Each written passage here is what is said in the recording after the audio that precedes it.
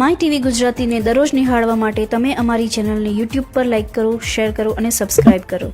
અને હા, બેલ આઇકનને ક્લિક કરવાનું ચૂકશો નહીં, જેનાથી આપને અમારા દરેક અપડેટ્સ મળતા રહે. સાથે સાથે અમારા ફેસબુક પેજને પણ લાઇક કરો, જેનાથી તમે અમારા દરેક કાર્યક્રમને નિહાળી શકો. તથા અમારું વેબ પેજ પણ ઉપલબ્ધ છે www.mytvgujarati.in. ટાઈપ કરી અમારા પેજ પર દરરોજના કાર્યક્રમને નિહાળી અન્ય વિગતો પણ મેળવી શકો છો. અમારી ચેનલ 24/7 આર્સ નિહાળવા માટે ગૂગલ પ્લે સ્ટોર પર અમારી એપ્લિકેશન ઉપલબ્ધ છે, જેના પર અમારા કાર્યક્રમ તો નિહાળી શકશો જ, સાથે સાથે ગુજરાત સહિત અન્ય રાજ્યોના સમાચાર પણ નિહાળી શકશો. તો જોડાયેલા રહો માય ટીવી ગુજરાતીની સાથે.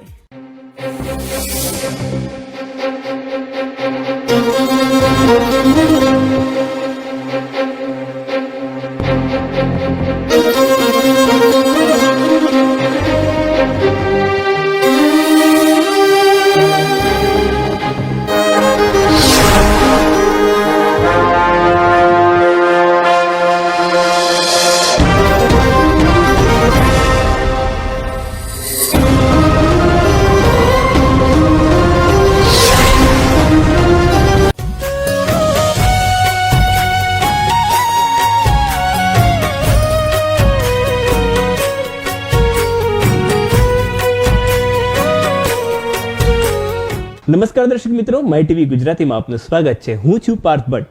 આજે આપણે વાત કરવાના છીએ શ્રાદ્ધ પક્ષની.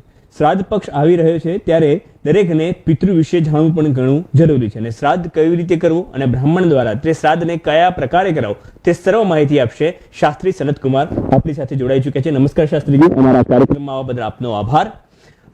શું કહેશો, પહેલા પિતૃ શું છે? નૈનમ છિંદંતી શસ્ત્રાણી નૈનમ દહતિ પાવક ન ચૈનમ ક્લેદયમ ત્યાપો ન શોષયતિ મારુતઃ. ભગવાન શ્રી કૃષ્ણએ ગીતાના બીજા અધ્યાયની અંદર એવું કહ્યું છે કે જેને અસ્ત્ર મારી શકતો નથી, શસ્ત્ર છેદી શકતું નથી, જેને પાણી ભીંજવી શકતું નથી, જેને પવન સૂકવી શકતો નથી, જેને અગ્નિ બાળી શકતો નથી, એ છે આત્મા. આત્મા એ અજર અને અમર છે. મનુષ્યનો જન્મ જ્યારે થાય છે ત્યારે એ વૈદિક ધર્મ પ્રમાણે એના જીવનના 16 સંસ્કારો બતાવ્યા છે. સૌ પ્રથમ ગર્ભાધાન સંસ્કાર, ત્યારબાદ પુંસવન સંસ્કાર, સીમંત સંસ્કાર, અને એનો જન્મ થાય ત્યારબાદ નાદછેદન સંસ્કાર, ડોલારોહણ સંસ્કાર, પહેલી વખત ઘરમાંથી બહાર લઈ જાય નિષ્ક્રમણ સંસ્કાર, બ્રાહ્મણનો દીકરો હોય કે જેને યજ્ઞોપવિત આપવામાં આવતી હોય એને યજ્ઞોપવિતનો સંસ્કાર આપવામાં આવે છે, મુંડન સંસ્કાર, નામકરણ સંસ્કાર, આવા 16 સંસ્કારો આપવામાં આવે છે. મૃત્યુ પછીનો એક સંસ્કાર છે, એ છે અગ્નિ સંસ્કાર. જ્યારે એને એ જીવાત્મા જ્યારે મૃત્યુ પામે છે, શરીર મૃત્યુ પામે છે, એમાંથી જીવ નીકળી જાય છે. જીવ તો અજર અને અમર છે, પણ એ શરીરને જુદા જુદા સંસ્કારો જુદી જુદી જ્ઞાતિઓમાં આપવામાં આવે છે. મૂળ એ શરીરને કાં તો બાળી નાખવામાં આવે છે, કાં તો એને દફનાવવામાં આવે છે. એમાં રહેલો મોહ એ નીકળી જાય એ માટે એને બાળી દેવામાં આવે છે, અગ્નિનો સંસ્કાર આપવામાં આવે છે. ત્યારબાદ એ જીવ ક્યાંક નીકળી અને જાય છે, કારણ કે તે અમર છે, અજર છે, પણ એનું નામ રહે છે. નામકરણ સંસ્કાર એ જીવન પર્યંત રહે છે. એના પછીના વંશજો એમને એ નામથી ઓળખે છે. આ આત્મા જ્યારે શરીરમાંથી નીકળી અને આકાશ માર્ગની અંદર જાય છે કે મોક્ષ ગતિના માર્ગની અંદર જ્યારે જાય છે, ત્યારે એ શરીર વગર ભટકતો આત્મા જે છે એને સૌ પ્રથમ પ્રેત કહેવામાં આવે છે. અને એ પ્રેતાત્માની વૈદિક ધર્મ પ્રમાણે જ્યારે એના સંસ્કારની વિધિ કરવામાં આવે છે, શ્રાદ્ધ વિધિ કરવામાં આવે છે, ત્યારે એ 12મા દિવસે, એટલે કે 12મા દિવસે એ પિંડ એને એના 3 ભાગ કરી અને જ્યારે એને પિતૃઓની અંદર ભેળવવામાં આવે છે, ત્યારે એ પ્રેતાત્મામાંથી પિતૃ બની જાય છે. આપણો એ પિતૃ એ દેવ સમાન છે. એ પિતૃને બીજા પ્રેતની દ્રષ્ટિએ જોવે છે, પણ આપણા માટે પિતૃ એ દેવ છે. માટે જે શરીર વગર ભટકી રહેલો આત્મા છે એને પ્રેત કહેવામાં આવે છે, પણ જ્યારે ધાર્મિક વિધિ પરિપૂર્ણ કરવામાં આવે છે ત્યારે તે પિતૃ બની જાય છે. આ રીતે એ પિતૃ કહેવામાં આવે છે. બિલકુલથી જે રીતે તમે ધાર્મિક વિધિની વાત કરી તો શ્રાદ્ધ પક્ષની જ વાત કરીએ આપણે. તો શ્રાદ્ધ પક્ષ પહેલા તો શું છે એ અમારા દર્શક મિત્રોને જણાવશો આપ કે શ્રાદ્ધ પક્ષ કેમ રાખવામાં આવે છે, તેના કારણો કયા પ્રકારના છે અને શ્રાદ્ધ પક્ષ શું છે તે પણ અમારા દર્શકોને આપ જણાવશો. ભારત દેશ એ વિવિધ ઋતુઓ પર આધારિત છે. ભારત દેશ એ ખેતી પ્રધાન દેશ છે અને આપણા ત્યાં 3 પ્રકારના પાક થાય છે અને 3 પ્રકારની ઋતુઓ આવે છે: શિયાળો, ઉનાળો અને ચોમાસું. આમ શ્રાદ્ધ પક્ષ પણ 3 વખત આવે છે વર્ષની અંદર. એની અંદર કારતક મહિનો એટલે કે શિયાળાનો સમય હોય છે. કારતક મહિનાના પાછળના 15 દિવસો કૃષ્ણ પક્ષના એ શ્રાદ્ધના દિવસો ગણવામાં આવે છે. ઉનાળાના સમયની અંદર ચૈત્ર મહિનાની અંદર પાછળના 15 દિવસ એટલે કે કૃષ્ણ પક્ષના 15 દિવસ એ શ્રાદ્ધ વિધિ કરવામાં આવે છે અને શ્રાદ્ધના દિવસો ગણવામાં આવે છે. અને તેવી જ રીતે ચોમાસાની અંદર ભાદરવા મહિનાની અંદર પાછળના 15 દિવસ એ શ્રાદ્ધના ગણવામાં આવે છે, પણ ભાદરવાના 16 શ્રાદ્ધ ગણવામાં આવે છે. એ શ્રાદ્ધ પૂનમથી શરૂ થાય છે અને એ માટે 16 શ્રાદ્ધ એટલે કે આપણી ગુજરાતી ભાષામાં 16 શ્રાદ્ધિયા કહેવામાં આવે છે. બિલકુલ. કદાચ વૈજ્ઞાનિક દ્રષ્ટિએ જ્યારે ઋતુ બદલાતી હોય છે ત્યારે વિષાણુ જીવાણુ ઉત્પન્ન થતા હોય છે અને મહામારી કે રોગ આવતા હોય છે. બિલકુલ. શ્રાદ્ધની અંદર ખીરનું ખૂબ મહત્વ બતાવ્યું છે. ખીર બનાવી એટલે કે દૂધની અંદર દૂધપાક બનાવવો અને એને ગ્રહણ કરવું, સગા સંબંધીઓને જમાડવા. બિલકુલ. તો એવું બની શકે કે કદાચ આ ખીર ખાવાથી શરીરની અંદર રોગ પ્રતિકારક શક્તિનો વધારો થાય અને આવા સમયે આ ખીર એટલે કે પિતૃઓના પ્રસાદથી શરીર એ સુખમય બને છે અને માટે આ શ્રાદ્ધની વિધિ આ 15 દિવસોની અંદર કે આ સડાદિયાઓની અંદર શ્રાદ્ધની વિધિ એ કરવી જોઈએ અને સગા સંબંધીઓને આપણા લોહીના જે સંબંધ હોય એમને જમાડવા જોઈએ. ભાઈઓએ ભેગા મળી, કુટુંબે ભેગા મળી અને આપણા પિતૃઓનું શ્રાદ્ધ કરવું જોઈએ, શ્રાદ્ધનું જમવું જોઈએ અને વધારે થઈ શકે તો બ્રાહ્મણોને જમાડવા જોઈએ. એ સાથે બ્રાહ્મણોને દાન વગેરે આપવા જોઈએ. વસ્ત્રદાન છે, વાસણનું દાન છે એટલે પાત્રદાન છે, આવા વગેરે દાન બ્રાહ્મણોને આપવા જોઈએ. સંન્યાસીઓને દાન આપવા જોઈએ, સાધુ સંતોને દાન આપવા જોઈએ અને પિતૃ નિમિત્તે નાના બાળકોને પણ ભોજન આપ કરાવી શકો છો. બિલકુલ. પિતૃ નિમિત્તે એમના મોક્ષ માટે ગાયોને પણ આપણે ઘાસચારો આપી અને મૂંગા પશુઓ અને પક્ષીઓને પણ દાન આપી અને પિતૃઓના મોક્ષ માટેની વાંછના કરવી જોઈએ. બિલકુલ. આ શ્રાદ્ધ પક્ષમાં કયા કયા પ્રકારના કર્મો કરવા જોઈએ એ પણ અમારા દર્શકોને આપ જણાવશો કે કયા પ્રકારના જે કર્મો કરે તેનાથી તેમના પિતૃઓને તૃપ્તિ મળે અથવા તેમના જે પિતૃઓ છે તે તૃપ્ત થાય. સૌ પ્રથમ તો પિતૃઓને માનવું એ મહત્વનું છે. બિલકુલ. આપણા પિતૃઓ આપણા માટે દેવ છે. બિલકુલ. અને માટે તેમને દેવ સમાન માનવા જોઈએ. બિલકુલ. જો જીવતા આપણાથી કંઈ ન થઈ શક્યું હોય તો મૃતાત્માની પાછળ આપણે જે કંઈ કરીએ છીએ તે એવો પામે છે. બિલકુલ. સૌ પ્રથમ તો મૃત્યુ થાય છે, ત્યારબાદ કેટલાક લોકો એમ કહે છે કે જલ્દીથી અને ઝડપથી સાદી વિધિ કરી દેવી. પણ કેટલાક ગ્રંથોની અંદર એવું લખેલું છે કે જ્યારે કોઈ પણ વ્યક્તિ મૃત્યુ પામે છે એની શાસ્ત્રોક્ત વિધિ કરવામાં આવે અને એના દાન પુણ્ય, દાખલા તરીકે 11મું 12મું દશા શ્રાદ્ધ, એકાદશા શ્રાદ્ધ, દ્વાદશા શ્રાદ્ધ, ત્રયોદશા શ્રાદ્ધ, માસિક શ્રાદ્ધ, વાર્ષિક શ્રાદ્ધ, જ્યારે આવા શ્રાદ્ધ કરવામાં આવે છે ત્યારે એ પિતૃ એ શ્રાદ્ધથી તૃપ્ત થઈ બિલકુલ અને આનંદમય રીતે એ દેવોના દૂતની સાથે એ મોક્ષ ગતિને પામે છે અથવા તો વૈકુંઠમાં જાય છે. બિલકુલ. પણ જ્યાં શ્રાદ્ધની વિધિની અંદર કચાશ રાખવામાં આવે છે, શ્રાદ્ધની વિધિ બરાબર થતી નથી, ત્યારે તે પિતૃઓનો મોક્ષ થતો નથી એવું કંઈક ગ્રંથોની અંદર બતાવેલું છે. માટે પિતૃઓની શ્રાદ્ધની વિધિ વિધિવત કરવી અને શ્રદ્ધાથી કરવી.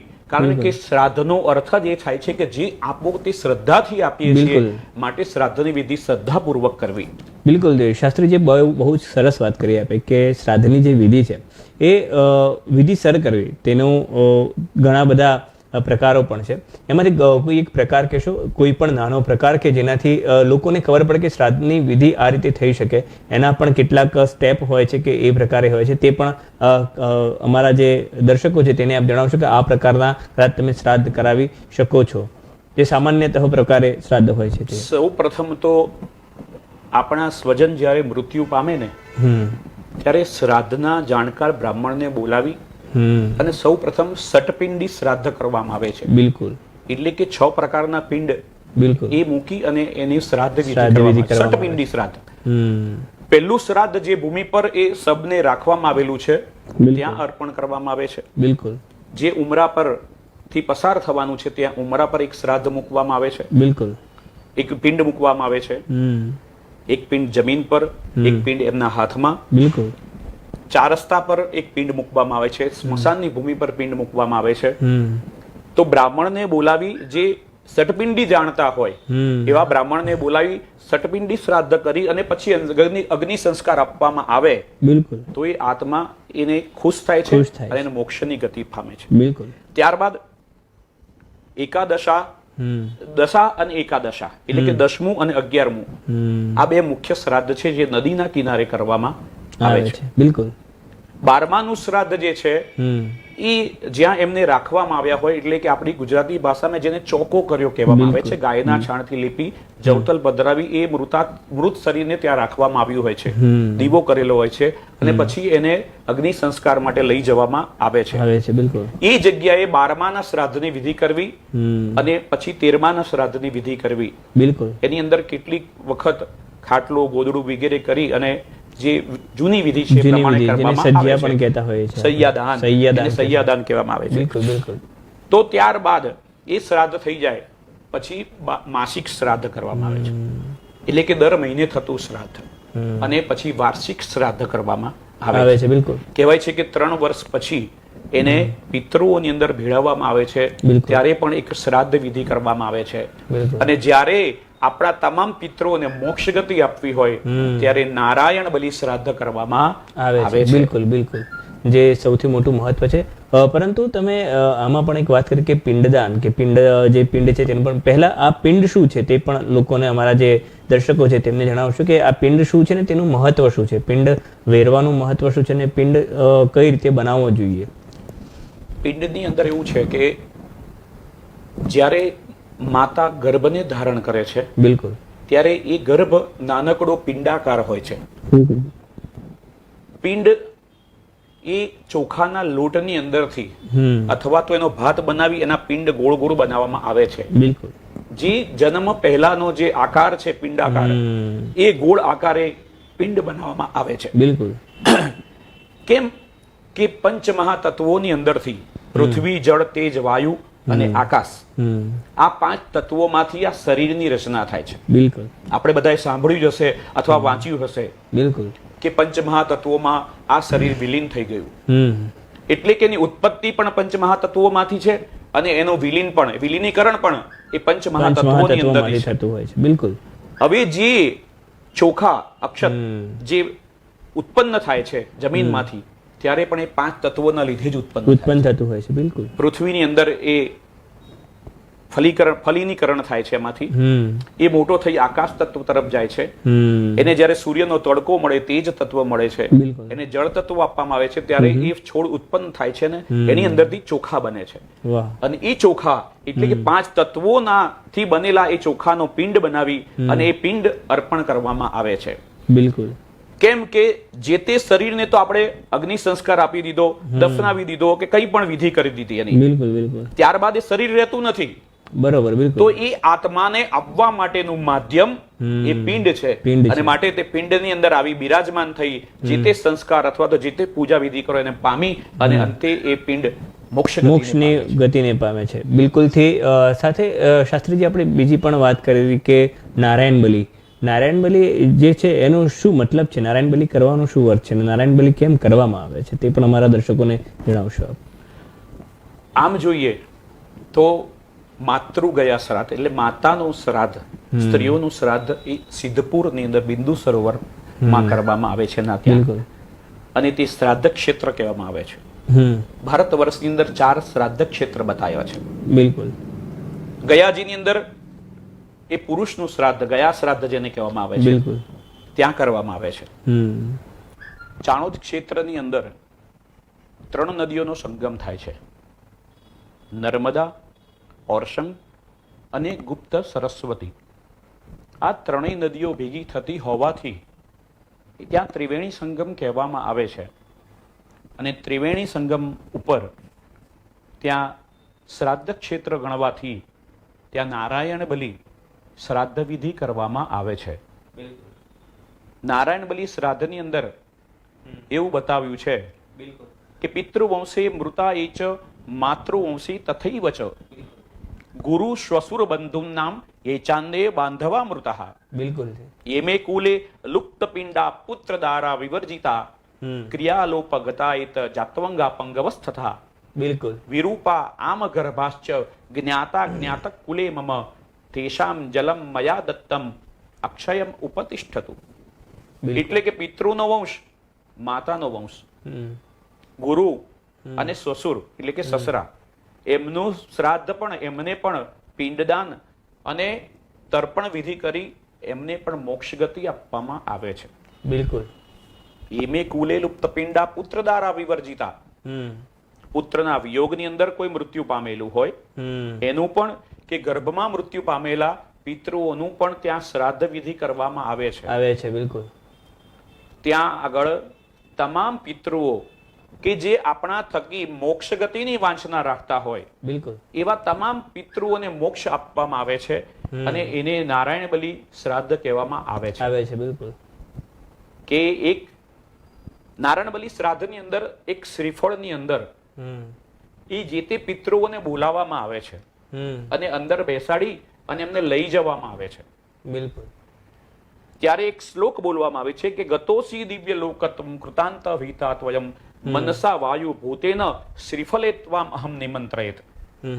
કે મારા વાયુ સ્વરૂપે ફરતા પિતૃઓ, જેને આજે શરીર નથી પણ આત્મા તો અજર અને અમર છે, અને એ જે વાયુ સ્વરૂપની અંદર રહેલા છે, એ મારા પિતૃઓ આવો, આ શ્રીફળમાં બેસો, અમે તમારી નારાયણ બલિ એટલે કે મોક્ષ આપવાની વિધિ કરવા માટે ચાણોદ ક્ષેત્રમાં જઈએ છીએ, ત્રિવેણી સંગમ પર જઈએ છીએ, તો આપ આ શ્રીફળમાં બેસી પધારી તમે મોક્ષ ગતિને પામો, એવી ભાવના સાથે એમને લઈ જવામાં આવે છે. અને ત્યાં આ નારાયણ બલિની સુંદર વિધિ કરવામાં આવે છે અને તે પિતૃઓને મોક્ષ આપવામાં આવે છે. બિલકુલ. બિલકુલ થી હજુ આપણે બીજી પણ વાત કરવાની છે કે નારાયણ બલિ જે કરવામાં આવે છે તેની સર્વ વિધિ આપણને શાસ્ત્રીજીએ જણાવીને સાથે સાથે હજુ આપણે શ્રાદ્ધ વિશે ઘણી બધી જાણકારી મેળવવાની છે કે કયા પ્રકારે શ્રાદ્ધ કોનું કોનું અને ક્યારે થઈ શકે છે, અને જો કોઈને ખ્યાલ ન હોય કે કોણ ક્યારે દેહાંત થઈ ગયું છે તો તેમનું શ્રાદ્ધ ક્યારે અને કયા પ્રકારે ને કયા દિવસે કરવું જોઈએ તે પણ સર્વ વાતો આપણે જાણવાની છે. પરંતુ એક નાનકડા બ્રેક બાદ, ત્યાં સુધી તમે જોડાયેલા રહો માય ટીવી સાથે.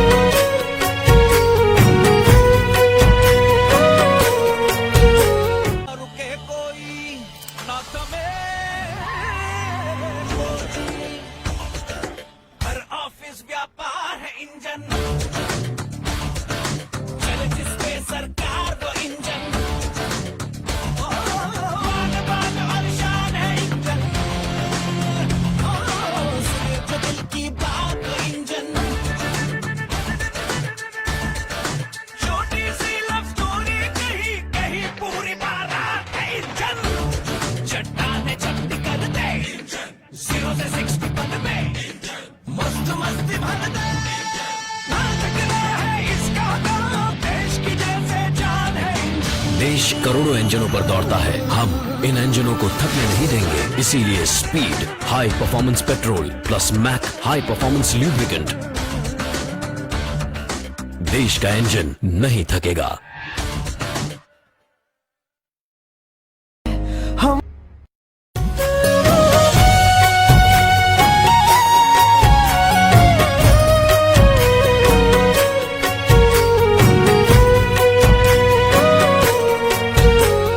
નમસ્કાર દર્શક મિત્રો, બ્રેક બાદ આપનું સ્વાગત છે. આપણે વાત થઈ હતી કે નારાયણ બલિ, એ જે રીતે શાસ્ત્રીજી આપણને સંપૂર્ણ વાત કરી કે નારાયણ બલિ જે થાય છે એ નારાયણ બલિમાં પણ આખા અલગ અલગ નિયમો હોય છે, તેની વિધિ વિધાન હોય છે, તેના કર્મ કરવા પડતા હોય છે. કેટલાક તેના કર્મ છે જે તમારી સાથે જે પરિચારિકા સાથે જે બ્રાહ્મણ બેઠેલો હોય છે તે તમને કરાવતો હોય છે. પરંતુ સર્વ જે વિધિ છે એ કયા પ્રકારે કરવાની હોય છે નારાયણ બલિની, તે બધી જાણકારી શાસ્ત્રીજી જોડે જાણીશું. સનતકુમારજી, આપ શું કહેશો કે આખી કયા પ્રકારની વિધિ હોય છે નારાયણ બલિ, અને નારાયણ બલિ કયા પ્રકારે કરવી જોઈએ? નારાયણ બલિ શ્રાદ્ધ જે છે એમાં તમામ પિતૃઓનું શ્રાદ્ધ કરવામાં આવે છે. આપણા ગ્રંથોમાં એવું બતાવેલું છે કે સૌપ્રથમ શ્રી હરિ નારાયણ અઘાત જળની અંદર શેષનારાયણની સૈયા પર ભગવાન શ્રી હરિ નારાયણ આરામ કરતા હતા, અને એમની ઈચ્છા શક્તિથી નાભીમાંથી કમળનું પ્રગટ થયું, અને કમળના અંદર બ્રહ્માજીનો જન્મ થયો. બિલકુલ. અને એ બ્રહ્માજીને જગતની ઉત્પત્તિ કરવા માટેની આજ્ઞા એ શ્રી હરિ નારાયણે કરી. વરાહનું સ્વરૂપ ધારણ કરી અઘાત જળની અંદર જઈ અને પૃથ્વીને લાવી અને પૃથ્વી પર જીવોની ઉત્પત્તિ કરી. ભગવાન શ્રી હરિ નારાયણે પોતાના જીવની અંદરથી કરોડો અબજો જીવોની ઉત્પત્તિ કરેલી છે. બિલકુલ. નારાયણ બલિ શ્રાદ્ધ જ્યારે કરવામાં આવે છે ત્યારે એની અંદર પંચ તત્વોની પૂજા એટલે કે 5 સ્થાપનો કરવામાં આવે છે. બિલકુલ. 5 સ્થાપનો એ હોય છે, અને અન્ય 2-3 બીજા સ્થાપનો પણ કરવામાં આવે છે. બિલકુલ. બિલકુલ. પણ એ 5 એટલે કે બ્રહ્મા, વિષ્ણુ, મહેશ, યમરાજા અને તત્પુરુષ, આમ 5 મુખ્ય દેવોની પૂજા બતાવેલી છે. બિલકુલ. 14 પ્રકારના યમરાજાની પૂજા બતાવેલી છે. બિલકુલ છે કે જે પ્રકારે માણસનું મૃત્યુ થયું હોય એ પ્રકારે એ યમરાજા એને લેવા આવે છે. બિલકુલ. અને એ વખતે યમરાજાને આ પૂજા કરનાર વિનંતી કરે છે કે મારા સ્વજનો જે મુક્તિને પામ્યા નથી, બિલકુલ, અને પીડાય છે, કે એ આત્માને ક્ષુધા તૃષા લાગેલી હોય, બિલકુલ, એટલે કે ભૂખ લાગેલી હોય, તરસ લાગેલી હોય, પણ એ પામી શકતા નથી, બિલકુલ, ત્યારે એ પિંડ સ્વરૂપની અંદર બિરાજમાન થઈ અને મોક્ષ ગતિને પામે છે. ત્યારે જ્યારે એ પિંડ એ પાછા ત્રિવેણી સંગમમાં અથવા તો નદીમાં જળમાં પ્રવાહિત કરવામાં આવે છે, ત્યારે એ આત્માને મોક્ષની ગતિ મળે છે. અને મોક્ષની ગતિ એટલે કે એ જીવ જે ભગવાન શ્રી હરિ નારાયણમાંથી ઉત્પન્ન થયેલો છે, જન્મ પામેલો છે, પુનઃ એ ભગવાનને એ જીવને સમર્પિત કરવાની વિધિ એટલે નારાયણ બલિ શ્રાદ્ધ વિધિ કહેવામાં આવે છે. બિલકુલ. કે મારા પિતૃઓ જે મારા સ્વજનો શરીર વગરના પીડાય છે એમને પરમાત્મા તમારી પાસે લઈ જાઓ અને મોક્ષની ગતિ આપો. બિલકુલ. આ નારાયણ બલિ શ્રાદ્ધ એ 3 પક્ષમાં જ કરવામાં આવે છે. બિલકુલ. જ્યારે પિતૃ શ્રાદ્ધનો પક્ષ આવે ત્યારે કરવામાં આવે છે. બિલકુલ. એટલે કે કારતકના પાછળના જે પિતૃ પક્ષના 15 દિવસો આવે છે તે, બિલકુલ, ચૈત્ર મહિનાના 15 દિવસો, બિલકુલ, અને ભાદરવાના 16 દિવસો, 16 શ્રાદ્ધ, આ દરમિયાન જ આ નારાયણ બલિ વિધિ કરવી જોઈએ. બિલકુલ. પણ કદાચ કોઈ એવો સંજોગ ઉભો થાય અને નારાયણ બલિ કરવી પડે તો કોઈ પણ દિવસે આ નારાયણ બલિ શ્રાદ્ધ થઈ શકે, અથવા તો અમાવાસ્યાનો દિવસ લઈને પણ આ નારાયણ બલિ શ્રાદ્ધ થઈ શકે. બિલકુલ. બીજું કે નારાયણ બલિ શ્રાદ્ધ એ જ્યારે કરવા જાઓ ત્યારે ખૂબ પ્રસન્ન મને આ ચિત્તે આ વિધિ કરવી જોઈએ. બિલકુલ. એમાં કોઈ પણ પ્રકારની કચાશ રાખવી જોઈએ નહીં. કેમ કે બતાવ્યું છે કે કોઈ પણ શ્રાદ્ધની અંદર જો કચાશ રાખવામાં આવે છે અને કમનથી કરવામાં આવે છે તો એ વિધિ એ યોગ્ય ગણાતી નથી. અને માટે આપણા પિતૃઓ પાછળ કરવામાં આવતી આ શ્રાદ્ધ વિધિ એ શ્રદ્ધયા દિયતે શ્રાદ્ધ, શ્રદ્ધાપૂર્વક જે આપવામાં આવે છે એને શ્રાદ્ધ કહેવામાં આવે છે. અને માટે શ્રદ્ધાપૂર્વક દરેક વિધિ કરવી જોઈએ. અને નારાયણ બલિ કર્મ આ રીતે 3 પક્ષની અંદર વિધિ કરવી જોઈએ. તો નારાયણ બલિ કોણે કરવી જોઈએ? તો જેના એવું લાગતું હોય, જે વ્યક્તિને એવું લાગતું હોય, અથવા તો એની કુંડળીમાં કોઈ પિતૃદોષ થતો હોય, બિલકુલ, પોતાના કામ અટકી પડેલા હોય, બિલકુલ, પોતાના કામ પૂરા ન થતા હોય, બિલકુલ, સ્વપ્નમાં આવીને કોઈ પિતૃ આપણને બતાવતું હોય અથવા તો જેના ત્યાં સંતતિ નથી હોતી, બિલકુલ, એને પણ આ નારાયણ બલિ શ્રાદ્ધ વિધિ કરવી જોઈએ. બિલકુલ બિલકુલ. કેમ કે પિતૃઓ 3 સ આપનારા છે. બિલકુલ. સૌ પ્રથમ સંપત્તિ, બિલકુલ, એટલે કે વૈભવ, સંતતિ અને સન્મતિ, આ 3 આપનારા પિતૃઓ છે. બિલકુલ. માટે પિતૃઓને માનવું જોઈએ અને પિતૃઓની પાછળ આવી શ્રાદ્ધ વિધિ કરી અને એમને મોક્ષ ગતિ આપવી જોઈએ. બિલકુલ બિલકુલ. એટલે કહી શકાય કે પિતૃઓનું શ્રાદ્ધ, જે રીતે શાસ્ત્રીજીએ બહુ જ સરસ રીતે આપણને સમજાવ્યું કે આ પિતૃઓની વિધિ તમે જો આ પ્રકારે કરશો નારાયણ બલિની, તો તમને બિલકુલથી પિતૃઓને ત્યાંથી મોક્ષ મળશે. સાથે સાથે આપણે એક બીજું પણ જાણવાનું છે શાસ્ત્રીજી કે જે શ્રાદ્ધ હોય છે એ કયા કયા પ્રકારના જે શ્રાદ્ધ છે એ કયા કયા દિવસે થઈ શકે છે અને કયો દિવસ સારા હોય છે શ્રાદ્ધ માટે? શ્રાદ્ધ માટે આપણા ઘરના મૃતાત્મા મુખ્ય જે વ્યક્તિ હોય એની તિથિઓ પ્રમાણે પિતાજીનું પણ શ્રાદ્ધ કરવું જોઈએ, માતાનું પણ શ્રાદ્ધ અલગથી જ કરવું જોઈએ. બિલકુલ. શ્રાદ્ધના 16 દિવસની અંદર જ્યારે પણ શ્રાદ્ધ કરીએ ત્યારે પહેલું શ્રાદ્ધ એ પૂનમથી, આ ભાદરવાની અંદર પૂનમથી શરૂ થાય છે. બિલકુલ. અને એને મહાલયા પ્રારંભ કહેવામાં આવે છે, મહાલયા શ્રાદ્ધ કહેવામાં આવે છે. બિલકુલ બિલકુલ. તો એકમ નું શ્રાદ્ધ, પહેલું શ્રાદ્ધ, એકમનું શ્રાદ્ધ એ દિવસે કરવું જોઈએ. ત્યારબાદ તિથિ પ્રમાણે તમે શ્રાદ્ધ લઈ શકો છો. કેટલાક પંચાંગોની અંદર પણ આ શ્રાદ્ધનો ઉલ્લેખ હોય છે, કરવામાં આવેલો છે. બિલકુલ. પણ નોમના દિવસે જ્યારે શ્રાદ્ધ કરવામાં આવે એને અવિધવા નોમ કહેવામાં આવે છે. એટલે કે સૌભાગ્યકાંક્ષીની સ્ત્રી જે મૃત્યુ પામેલી હોય, બિલકુલ, એનું શ્રાદ્ધ એ નોમના દિવસે કરવું જોઈએ. નોમ તિથિ આવતી હોય, નવમી તિથિ, ત્યારે કરવું જોઈએ. બિલકુલ. ત્યારબાદ સંન્યાસીઓના શ્રાદ્ધ, એ બારસના શ્રાદ્ધ આવે છે. બિલકુલ. બારસના શ્રાદ્ધના દિવસે સંન્યાસીઓના શ્રાદ્ધ કરવા જોઈએ. બિલકુલ. 14ના દિવસે, એટલે કે 14મી 14 આવતી હોય ત્યારે અસ્ત્ર શસ્ત્રથી મૃત્યુ પામેલા અથવા તો અપમૃત્યુ પામેલા જે કોઈ જીવાત્મા હોય, આપણા સ્વજનો હોય, બિલકુલ, કોઈએ ગળે ફાંસો ખાધો હોય, બિલકુલ, કોઈએ ઝેર પી લીધેલું હોય, બિલકુલ, કોઈ અકસ્માતમાં મૃત્યુ પામેલા હોય, બિલકુલ, આવા તમામ પિતૃઓનું શ્રાદ્ધ એ 14ના દિવસે કરવું જોઈએ. બિલકુલ. અને છેલ્લું શ્રાદ્ધ એ સર્વ પિતૃ શ્રાદ્ધ અમાવાસ્યાના દિવસે આવે છે. પૂનમના દિવસે મૃત્યુ પામેલા કે અમાવાસ્યાના દિવસે મૃત્યુ પામેલા, અથવા તો તમને કોઈની તિથિ જ યાદ નથી, બિલકુલ, એવા આપણા પિતૃઓનું શ્રાદ્ધ એ અમાવાસ્યા, સર્વપિતૃ શ્રાદ્ધ કહેવામાં આવે છે. એ અમાવાસ્યાના દિવસે કરવી જોઈએ. અને ત્યારે મહાલયા શ્રાદ્ધ સંપૂર્ણ થાય છે અને છેલ્લો દિવસ મહાલયા શ્રાદ્ધનો હોય છે. આ શ્રાદ્ધ વિધિની અંદર શક્ય હોય તો 3 અથવા 3 થી વધારે બ્રાહ્મણોને ભોજન કરાવવું. બિલકુલ. આપણા સ્વજનો જેની સાથે લોહીના સંબંધો છે, તો ભાઈઓનો પરિવાર હોય તો બધા ભાઈઓના પરિવારે ભેગા થઈ આ શ્રાદ્ધ કરી સાથે જમવું જોઈએ. બિલકુલ. બિલકુલ. કૂતરાને દૂધ અને રોટલી ખવડાવવા, ગાયોને ઘાસચારો નાખવો, બિલકુલ, અને કાગડાઓને કાગવાસ આપવી. એટલે કે એ જે રાંધેલું અનાજ છે એ અનાજ પડિયામાં મૂકી અને ધાબા ઉપર અથવા ઉર્ધ્વ ભાગે મૂકવાથી એ કાગડાઓ કાગ સ્વરૂપે એનો સ્વીકાર કરે છે અને એ પિતૃઓ એને પામે છે. બિલકુલ. ત્યારબાદ અન્ય પ્રકારના દાન બતાવ્યા છે કે વસ્ત્રદાન, પાત્રદાન, સુવર્ણદાન, બિલકુલ, રજતદાન, આવા વગેરે દાન કરવાથી પણ પિતૃઓ એ પરમ આનંદને પામે છે અને મોક્ષ ગતિને પામે છે. માટે આવા શ્રાદ્ધના મહિમા છે અને શ્રાદ્ધની વિધિ કરવી જ જોઈએ.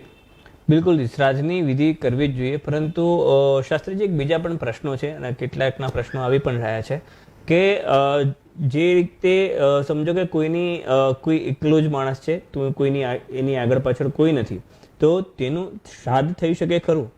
અંતિમ સંસ્કાર બાદ કદાચ એવું કહેવામાં આવે છે કે તેનું શ્રાદ્ધ કદાચ કઈ પ્રકારે કરવું તે પણ કેટલાક લોકોને પ્રશ્ન થતો હોય છે. તો તેનું શ્રાદ્ધ કોણ કરી શકે? કદાચ કોઈક જગ્યાએ કેટલાક કુટુંબોમાં, કેટલાક પરિવારોમાં એવું બનતું હોય છે કે કોઈ એકલા છે, તેની પાછળ તેના છોકરા હોય છે કે ના કોઈ આગળ પાછળ, તો તે લોકોનું શ્રાદ્ધ કઈ પ્રકારે કરવું જોઈએ? જે કોઈ એકલી વ્યક્તિ છે અને જેનું આગળ પાછળ સગા સંબંધી કોઈ જ નથી, એ આ સુંદર પ્રશ્ન છે જી બિલકુલ, કે એનું શ્રાદ્ધ કોણ કરી શકે? બિલકુલ બિલકુલ. તો એવું કહેવાય છે કે જે અગ્નિ સંસ્કાર જેણે આપ્યો હોય, સૌ પ્રથમ એ એના શ્રાદ્ધનો અથવા એની ઉત્તર ક્રિયાનો અધિકારી બને છે. બિલકુલ બિલકુલ. બીજા નંબરમાં બતાવ્યું છે કે જે જીવાત્મા કોઈના થકી મોક્ષ ગતિની વાંછના રાખતું હોય, ઈચ્છા રાખતું હોય, જે તમારા લોહીનો પણ નથી સંબંધ અને તમારા સ્વજન પણ નથી, પણ કદાચ કોઈ પણ વ્યક્તિ એ તમારા થકી મોક્ષની વાંછના રાખતું હોય, એવી વ્યક્તિનું શ્રાદ્ધ જો તમે કરો તો એ સંપૂર્ણપણે એ શ્રાદ્ધ એને પામે છે અને એ જીવાત્માનો મોક્ષ થાય છે. અને એની સાથે સાથે આવા શ્રાદ્ધ જે કરે છે એને ખૂબ જ પુણ્યની પ્રાપ્તિ થાય છે અને એ પુણ્ય થકી એ સુખી અને સંપન્ન થાય છે. માટે કોઈ પણ અજાણ્યા વ્યક્તિનું પણ શ્રાદ્ધ જો કરવામાં આવે તો એ ખૂબ ફળદાયી છે. તો આપણા સ્વજનનું કરેલું તો ખૂબ જ ફળ આપનારું બને છે. માટે શ્રાદ્ધ વિધિ એ આ શ્રાદ્ધ પક્ષની અંદર કરવી જ જોઈએ અને તે અવશ્ય ફળ આપનારી છે. બિલકુલ, તે શ્રાદ્ધ પક્ષમાં શ્રાદ્ધ વિધિ અવશ્ય દરેકને કરવી જોઈએ, જે રીતે શાસ્ત્રીજી આપણને ખૂબ જ સુંદર અત્યાર સુધી માહિતી આપી. તો દર્શક મિત્રો, આજના આપણા કાર્યક્રમમાં આપણે જાણ્યું કે શ્રાદ્ધ કઈ રીતે થાય છે, શ્રાદ્ધનું શું મહત્વ છે અને શું તેનો મહિમા છે, સાથે કઈ રીતે તેના વિધિ વિધાન છે અને કયા કયા પ્રકારે શ્રાદ્ધ થઈ શકે છે. તો અમને આશા છે કે તમને આ કાર્યક્રમ ગમ્યો હશે. ફરીથી મળતા રહીશું માય ટીવી ગુજરાતી સાથે. ત્યાં સુધી અમને આપશો રજા. નમસ્કાર.